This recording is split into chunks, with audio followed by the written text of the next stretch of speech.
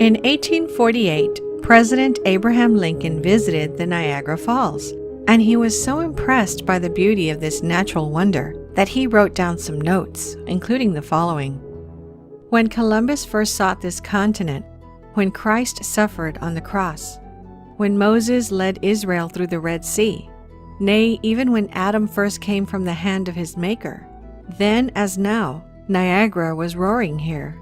The eyes of that species of extinct giants, whose bones fill the mounds of America, have gazed on Niagara as ours do now.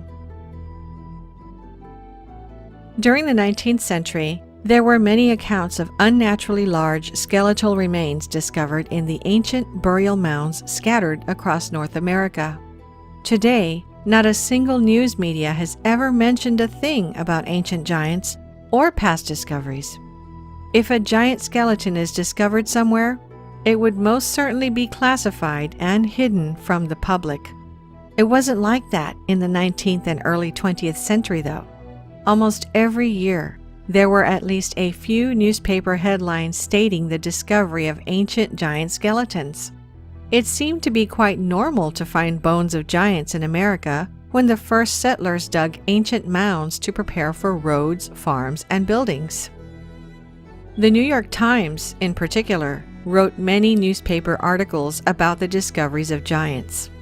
Let's read through some of them, starting with this one titled, "The Bones of a Giant Found," which was published on May 25, 1882, and reads, "A skull of heroic size and singular formation has been discovered among the relics of the mound builders in the Red River Valley. The mound was 60 feet in diameter and 12 feet high.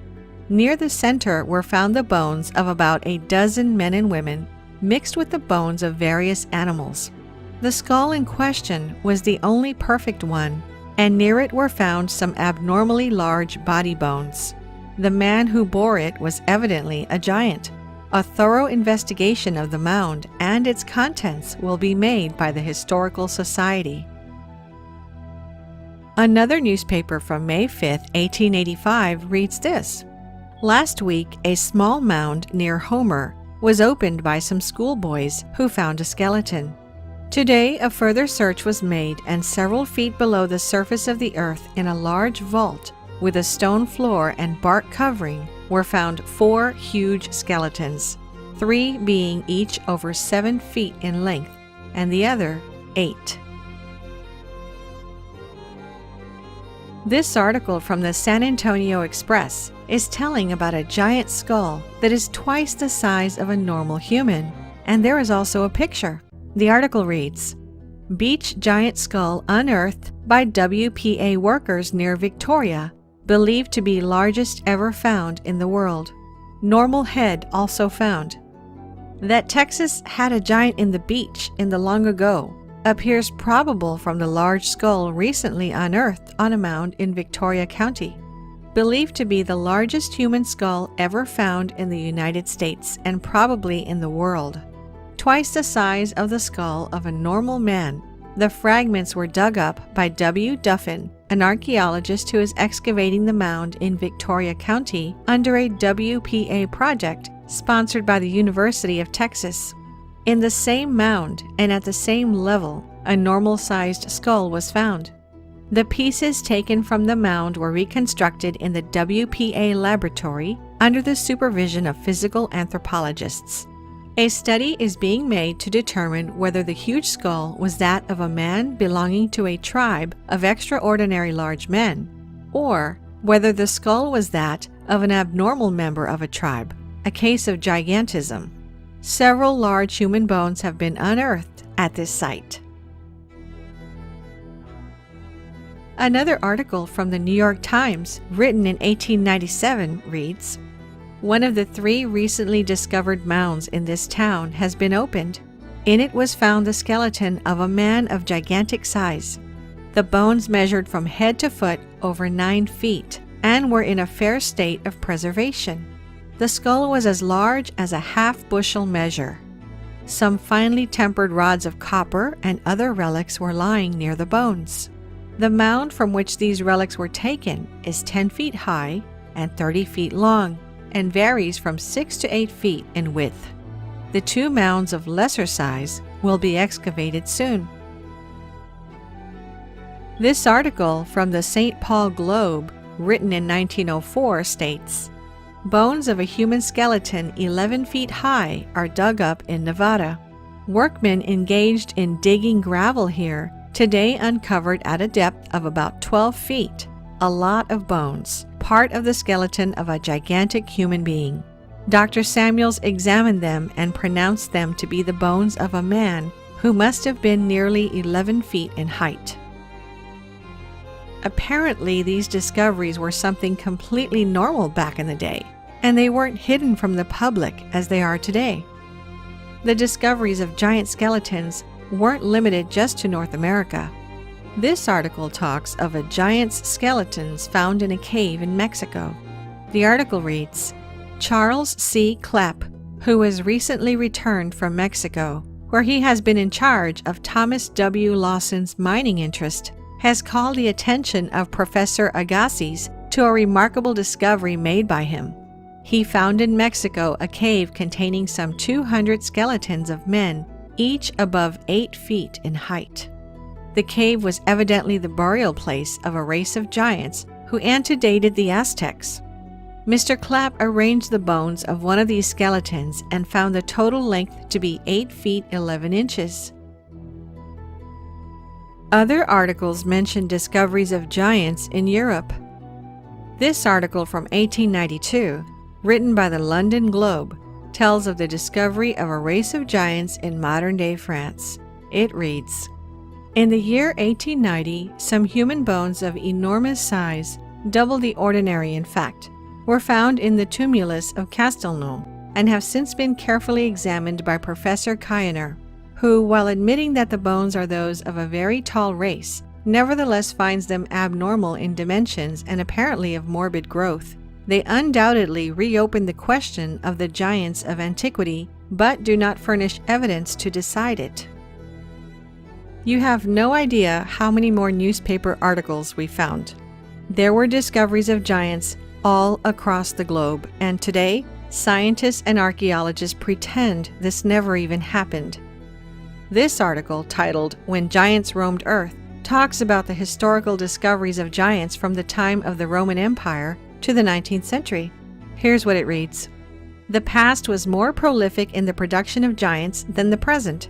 In 1830, one of these giants, who is exhibited at Rouen, was 10 feet high, and the giant Galabra, brought from Arabia to Rome in the time of Claudius Caesar, was the same height. Phantom, who lived in the time of Eugene II, was 11½ feet in height.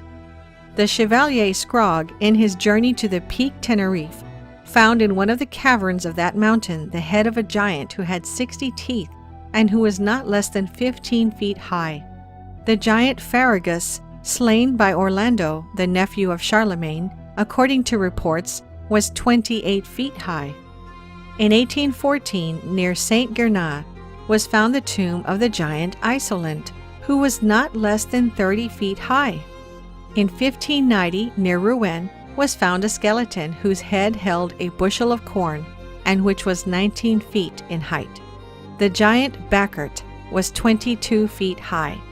In 1623, near the castle in Dauphine, a tomb was found 30 feet long, 16 feet wide, and 8 feet high, on which were cut in gray stone the words, Cantologus Rex.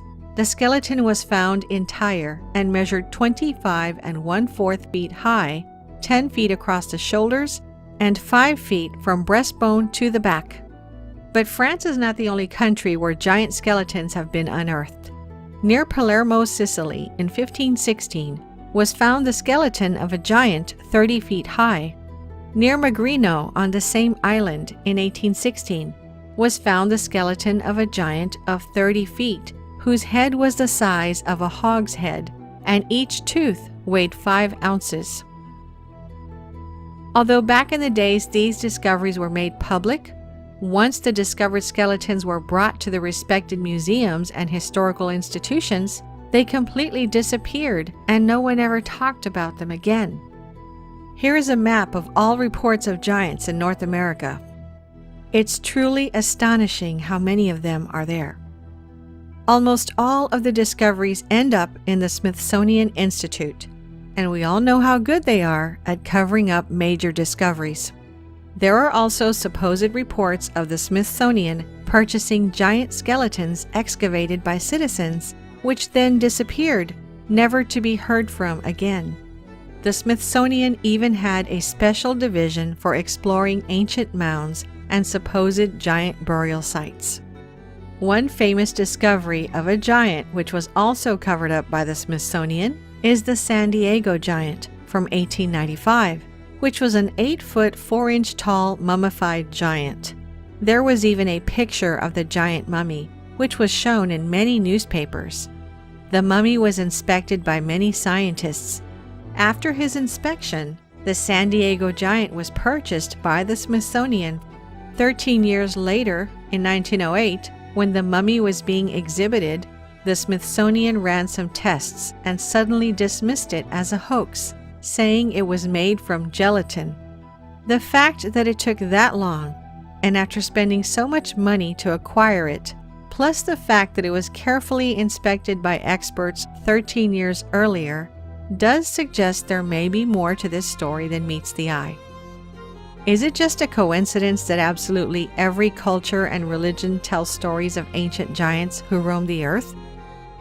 The Sumerian civilization, which was said to have begun in approximately 6000 BC, tells of a race of giants which ruled over the Sumerians, and there are many depictions of them.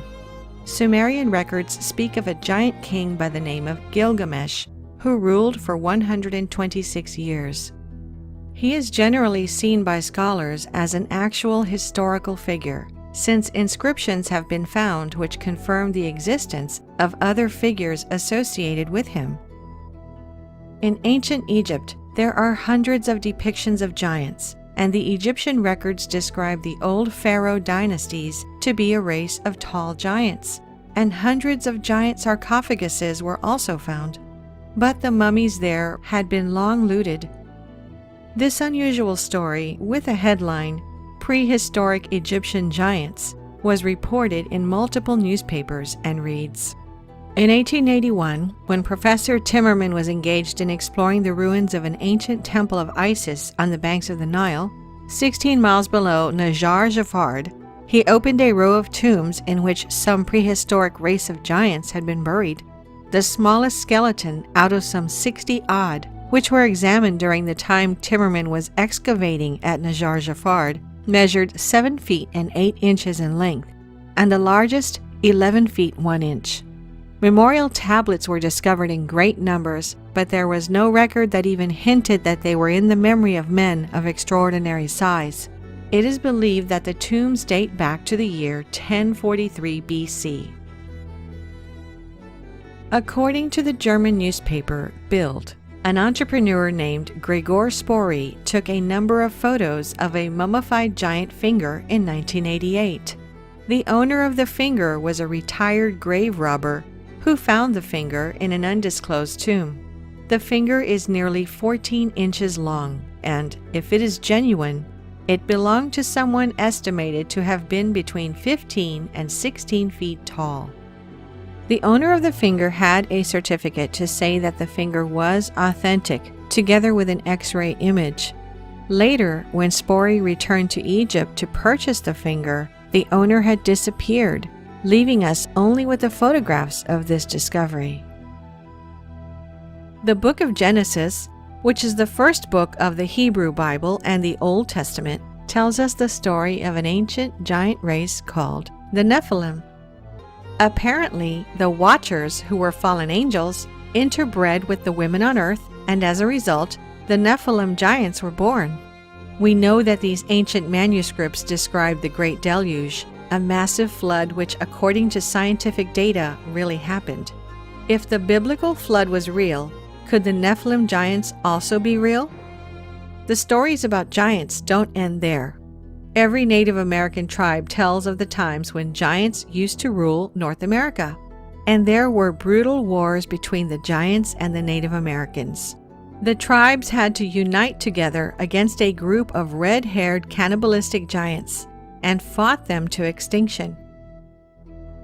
The existence of giants could certainly explain some of the massive megalithic structures around the world, like the Stone of the South at Baalbek, Lebanon, which weighs at a staggering 1,242 tons. On Mount Shoria in southern Siberia, researchers have found an absolutely massive wall of granite stones. Some of these gigantic granite stones are estimated to weigh more than 3,000 tons, more than double the weight of those in Lebanon. It's interesting to note that the original name for Stonehenge was the Giant's Dance, or the Giant's Ring. Stonehenge is a later Saxon name that translates to the Hanging Stones. Giants are also part of the Celtic mythology, the Greek and Roman mythology, the Hindus, Buddhists, Norse, and even in the Japanese Shinto folklore. There are many historical accounts of giants as well. Flavius Josephus, a first-century Jewish scholar and historian, wrote this: "For which reason they removed their camp to Hebron, and when they had taken it, they slew all the inhabitants. There were till then left the race of giants, who had bodies so large and countenances so entirely different from other men, that they were surprising to the sight and terrible to the hearing. The bones of these men are still shown to this very day, unlike to any credible relations of other men." During the 1500s, when the Spanish navigators were exploring the coast of the Americas, sightings of live giants were also sighted. 3 captains of Spanish ships reported these taller-than-average native people on their expeditions to America, as well as Sir Francis Drake, Captain John Smith, and several other notable eyewitnesses. This is what Captain John Smith wrote about them. "The Sasquasahanogues are a giant-like people. They measured the calf of the largest man's leg and found it 3/4 of a yard about, and all the rest of his limbs were in proportion." In 1519, Spanish explorer Alonso Alvarez de Pineda was mapping the coastline of the Gulf Coast, marking the various rivers, bays, landmarks, and potential ports. Not far from where the river empties into the Gulf of Mexico, he found a large town and near it some 40 native villages. He described seeing many giants living in this village, and curiously, a race of tiny pygmies was also living there. Pineda described the tribes that settled near the Mississippi River as a race of giants from 10 to 11 palms in height and a race of pygmies only 5 or 6 palms high. Perhaps the most intriguing and widely known tale of real giants in the age of exploration began with an account concerning none other than the great Portuguese explorer Ferdinand Magellan. Between the years of 1519 and 1522, Magellan embarked on his most famous voyage, a bold expedition to search for a good route to the Maluku Islands of the East Indies that would eventually result in the first successful circumnavigation of the globe. Magellan was given command of 5 vessels, and one leg of their voyage took them out across the vast ocean, all the way to the faraway land of Patagonia, at the southern end of South America. It was there that the expedition would come across a rather baffling sight indeed. Here's an excerpt from the diary of Magellan's official chronicler. Leaving that place, we finally reached 49½ degrees toward the Antarctic Pole. As it was winter, the ships entered a safe port to winter. We passed 2 months in that place without seeing anyone. One day, we suddenly saw a naked man of giant stature on the shore of the port, dancing, singing, and throwing dust on his head. The Captain General, Magellan, sent one of our men to the giant so that he might perform the same actions as a sign of peace. Having done that, the man led the giant to an islet into the presence of the Captain General. When the giant was in the Captain General's and our presence, he marveled greatly and made signs with one finger raised upward, believing that we had come from the sky. He was so tall that we reached only to his waist, and he was well proportioned. It is significant to note that the above narrative is taken from the journal of the official chronicler of Magellan's voyage of discovery. That is the one person above all others who is tasked with recording and keeping the most accurate records of events and activities, whether exotic or mundane. This person is not only responsible to the commander of the voyage, but also to king and country for his eyewitness accounts as a complete, precise, and accurate testimony of events that occurred during the voyage. Based on his position and responsibilities alone, his first-hand eyewitness testimony of encounters with giants must be taken as factual information by an unimpeachable witness.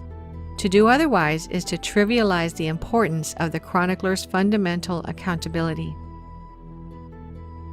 Years later, in 1539, there was also the account of Hernando de Soto, another explorer, who came face to face with numerous giants during his adventures through the southeast portion of what is now the United States. De Soto had set out from Tampa Bay, Florida, with a contingent of hundreds of men, and during their trek, they allegedly frequently came across tribes of natives ruled by giants. One of these was a Chief Tuscaloosa, who was encountered in western Alabama and said to be a hulking giant of a man who towered over all others. There are also the reports from the Spanish conquistador and explorer Hernando de Alarcón, who is trying to find a river that could be used to move supplies to Spanish troops along the coasts of California and Mexico. Alarcón would eventually make his way up the Colorado River all the way up to the Grand Canyon, and during this journey, he and his men purportedly came across a tribe of around 200 giant warriors standing up to 10 feet tall. The giants were supposedly very aggressive, but Alarcón appeased them with gifts and other signs of peace. The conquistador Francisco Coronado also told of having come across whole tribes of giants during his quest throughout the Southwest in search of the legendary El Dorado. In some cases, there was physical evidence of these giants found, as was supposedly the case with the conquistador Bernal Diaz del Castillo, who served under Hernán Cortés during the Spanish conquest of Mexico. Within the pages of his detailed record of the conquest and subsequent collapse of the Aztec Empire, there is an odd account of a race of giants that were claimed by the Tlaxcaltec Indians to have once inhabited the area. The chief of the tribe then provided the remains of these mysterious giants as evidence, of which Castillo would write, "They said their ancestors had told them that very tall men and women with huge bones had once dwelt among them. But because they were very bad people with wicked customs, they had fought against them and killed them, and those of them who remained had died off. And to show us how big these giants had been, they brought us the leg bone of one, which was very thick, and the height of an ordinary-sized man. And that was a leg bone from the hip to the knee. I measured myself against it, and it was as tall as I am, though I am of a reasonable height. They brought over pieces of bone of the same kind, but they were all rotten and eaten away by the soil.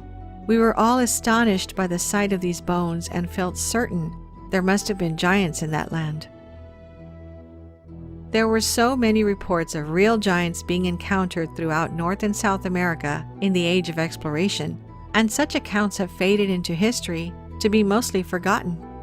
There are some things, however, that cannot be forgotten, as they are literally written in stone. That's the case of the giant footprint of South Africa. This is the most spectacular footprint in rock found anywhere on Earth to date. There are many others, however, like the giant footprint of Pingan, but none are as fully formed and obvious as the one in South Africa. Discovered in 1931 by a farmer called Stoffel Ketzi while hunting, it has remained one of the most controversial sites in archaeology and geological research. The footprint is about 4 feet, or 1.3 meters in length, which suggests that the creature who left it would have been 24 to 27 feet, or 7 to 8 meters in height. The footprint is known to locals as the footprint of God, or Goliath's footprint, and stories of ancient giants are told all throughout the region. Skeptics reject the giant footprint, claiming it was formed by natural erosion. However, Professor Peter Wagener from the University of Port Elizabeth in South Africa said that there is a higher probability of little green men arriving from space and licking it out with their tongues than being created by natural erosion. Judging by all the discoveries listed, together with all the historical accounts we mentioned, giants really existed. But could it be possible that somewhere in some remote place, a species of these enigmatic beings is still alive, hiding from humanity? We can't end this video without mentioning the most famous giant encounter, which didn't happen in ancient times, but in 2002. This occurrence, which is still classified by the US government, was disclosed in the popular radio show Coast to Coast, after witnesses of the event came through and anonymously told their stories. The events allegedly happened in 2002 in the deserts of Afghanistan, where a U.S. Army squad went missing. We would come back to the base and we started hearing this rumor about a unit that killed what they started calling this really tall person. At first I didn't think anything of it, and then come to find out that the person that they killed actually was 3 times the size of a man, had extra digits on their hand and digits on their feet, and had red hair, and a special unit had come in and wanted this target. You were in Afghanistan in 2002, and you were called into a very remote section of Afghanistan because a patrol had basically gone missing. Exactly. Okay, and Exactly. there's no villages around nothing for miles. Right. So it's very remote. Yeah, very remote. So we flew in. To about 4 kilometers. We're hiking to the same area where they were supposed to make one of their checkpoints, one of their rally points. And before we left, there was all kinds of what happened with the ambush, but that was even odd because at the point of ambush, you would call for maybe close air support, something, okay? There was no calls made, just off the grid. So we're coming down a mountainside, and it was a nice path, goat path. As we bent around this corner, you could see this opening of the cave. There's a cave as we're coming around. And then I see there's a lot of rocks, which is another oddity, and then bone matter. I'm not close enough to identify what kind of bones, but I did see something I knew was a piece of our communications equipment. So instantly, we're thinking ambush, maybe animal, could be anything. And there was enough room in front of this cave, but it had a sheer drop-off. But there was enough room that we actually got into a decent dispersal in case of ambush. You see something coming out of the cave, and it's moving with a speed and agility that catches you off guard. Everybody. And he comes out. It was a man at least 12 to 15 feet in height. This is a monster. Red beard, then his hair was longish past the shoulder, a scarlet red, and Dan runs at him and starts shooting, which broke all of us into the reality. Because it was so surreal. Now your training is kicking in. Oh yeah, okay. Muscle memory, complete muscle memory. While Dan is moving at him, another bro of mine's laying down fire, and I start firing. He skewers Dan. He's now got him on this pike. It went through him. And he's still got him, and he's coming after more. We all just clicked in. I don't know what it was, but I remember we're all like, shoot him in the face, shoot him in the face. And our weapons components were in force. We had 308s, and we had Barrett 50s. This is sounding longer than it took. We're talking 30 seconds. And he's taking multiple hits, and is still moving. He talked about this giant being 1,100 pounds, anywhere from 10 to 15 feet long, and it was killed. It was apparently shot somewhere in a cave in Afghanistan, but before it was shot, it lunged at several of our troops, our soldiers. It may have even gorged somebody. It was just a bizarre story, and it just sounds like the Nephilim from the Bible. And you have to assume that the giant is not alone, that the giant is not the only being living on this planet. There's got to be a whole school of them somewhere. Maybe he's got a female mate. Maybe he's got children. Who knows? Unfortunate that he had to attack our soldiers rather than be somewhat peaceful, but I guess that comes with the territory. Dan was dead. Okay, and Wyatt is a good man, probably one of the best men I know, now dead. Before I'd left, they were already starting what they call a 9-line, which is a medevac request. They're sending out a medevac request, then all of a sudden it's not a medevac request. All of a sudden we had a helicopter show up because, like I told you, it was a large precipice and a sheer drop. So the helicopter just came up from the drop. They had dropped netting, which is like cargo netting. It's like squares. We were told we had to bundle him up. And we get another bigger helicopter, but it's almost like a Jolly Green Giant used to look back in the day that could get, through this area.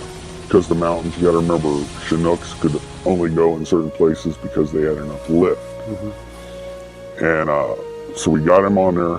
The thing was too big, we couldn't move it. It smelled worse than a skunk. A corpse that's been around for a while. Really foul. Oh, it was like a combination because of the, how do you put that, the persistence of a skunk smell. But once the helicopter came in, dropped its little hook, and off he goes. The communication was sent out that we had a very large possible human creature. There you are in the hills of Afghanistan.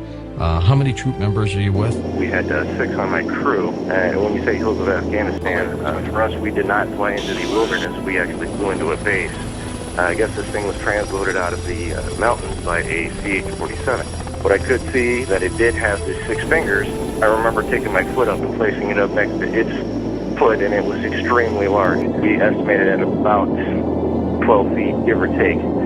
What I can tell you is the weight of the thing. Basically, it was approximately 1,500 pounds when it was getting on the aircraft. Now, if you take away the pallet weight and all the rigging that we had to hold this thing down, we figured it was around 1,100 pounds. Of course we're upset. That's a given, okay? We lost a very good guy. But add to that, you're discussing something that even in our after action report, they're saying rewrite it. And we had to rewrite it the way they wanted. How many fingers? 6. Oh, six fingers toes. and 6 toes. And the nails were weird because if you see somebody that ever has, I don't know what it's called, but it's Like a fungus on the nails, how they get pointy and they're like gnarly. That's what they look like. And people have a right to know about this stuff. I mean, if there are 15-footers or 18-footers roaming the planet, and our military has brought them down, I mean, we have a right as American citizens. I mean, this isn't classified military stuff. This is something that we need to know, and it points back to the biblical prophetic narrative. What are your thoughts on that? I think, here's my personal opinion. My personal opinion is if it points that the Bible is accurate, they don't want it. If it goes against Darwinian evolution, it's not to be spoken of. So you're out in the boonies running around looking for high-value targets? Correct. And we're doing those operations, and as we're getting into firefights, we're getting into different scrimmages, you want to put it that way, we would come back to the base and we started hearing this rumor about a unit that killed this, what they started calling this really tall person. At first I didn't think anything of it, and then come to find out that the person that they killed actually was 3 times the size of a man, had extra digits on their hand and digits on their feet, and had red hair, and a special unit had come in and wanted this target. Well, we'd heard that they had killed this thing inside a cave, or the mouth of a cave, and it was common knowledge among the military to hear this. Now, when you say common knowledge, what do you mean? I mean, how does that work? Years later, to come to find out, when I had returned from Afghanistan and had met other military members that had not been there in the operations with me, if you would bring up the giant of Kandahar, they knew about it. When you first hear it, you're thinking like, this has got to be a joke. This has got to be a hoax. But then after things go down a certain way and you keep hearing it, you start to realize it's not a joke. They kept telling us to keep our weapons high, which means normally it's 2 to the chest, 1 to the head, but they kept telling us to put it towards a man's head and put it higher. So we would question, why do they want us to shoot higher than a man's head? That's bizarre. It is. Our contact said 2002 is when they shot this 15-footer or taller, and you're now in this, in the service around 2005. This word has gotten out, and what I find interesting here too is that if you're going to create a hoax, I get that, but you got details: 6 fingers, red hair, double rows of teeth, 6 digits on the toes, and of course that brings it right back into what we hear about in the biblical prophetic narrative, specifically the Nephilim. Your thoughts? I agree. I would tell you that when I was doing my time in the service, and the stuff I saw, some of it I couldn't explain, like lights in the sky during firefights, like orbs, or lights that would be the size of a softball that looked that size looking up in the sky but making weird noises. And even going to Iraq myself and being near Haditha Dam and seeing the prisoners underneath the dam, and the prisoners would scream and there'd be this awful feeling underneath the dam, and then later finding out in the Bible that an angel's locked underneath there, where it talks about. And this Haditha Dam is the Euphrates. Is Euphrates, and correct. there's an angel supposedly locked underneath the Euphrates, correct, which is released in the book of Revelation. Correct.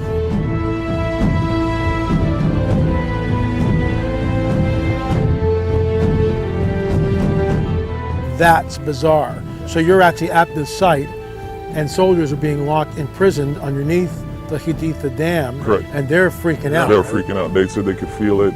In fact, the people who would guard them they would draw straws to see who would actually take them. No one wanted to go down. Nobody wants to go down. Going back to Afghanistan, we would hear these things. We would hear the locals talk about rumors of these giants. What would the locals say? How would they talk about it? They say that they lived in the caves and they would eat people, and they were cannibals. They were cannibals. If there was a living giant hiding for so many years in the caves of Afghanistan without being discovered, we must assume that this giant must not be the only one living on this planet. Surely there must be others somewhere out there. This mysterious creature was caught on camera in the desert of Portugal a few years ago. Could it be another giant hiding from mankind? Thinking about all the classified discoveries out there, we should be lucky to know that dinosaurs existed. If that was kept a secret, who would actually believe that creatures over 175 feet in height used to exist? And if we know for a fact that giant reptiles, giant birds, giant fish, and giant plants used to exist on Earth, is it so hard to believe that giant humanoids also existed and perhaps still do?